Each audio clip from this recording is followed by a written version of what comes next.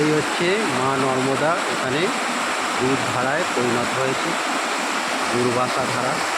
একটু ভালো করে চারপাশটা দেখিয়ে দিই, আর হয়তো কখনো আসা যাবে কি জানি না।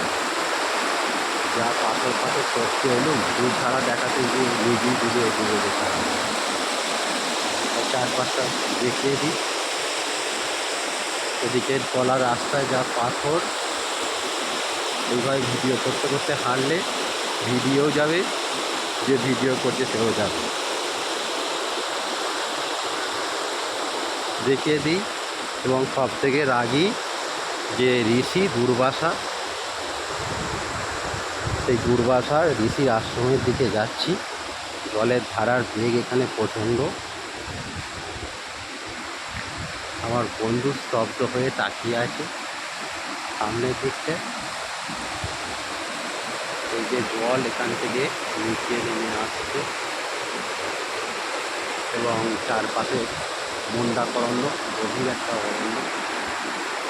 অনেক ছেলে মেয়েরা এসে ঝর্ণার জলে পা ডুবিয়ে বসে আছে। বিভিন্ন পর্যটকরা বিভিন্ন দেশ থেকে এসে এখানে হাজির হয়েছে।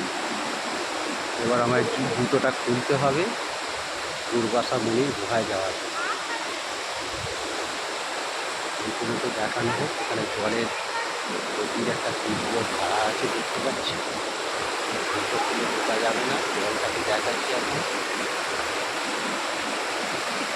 জল এখানে তীব্র বেগে যাচ্ছে গতিতে। কিছু একজন ভদ্রলোক দাঁড়িয়ে আছে, জুতো নিয়ে জুতো করছে চলে আসার পর।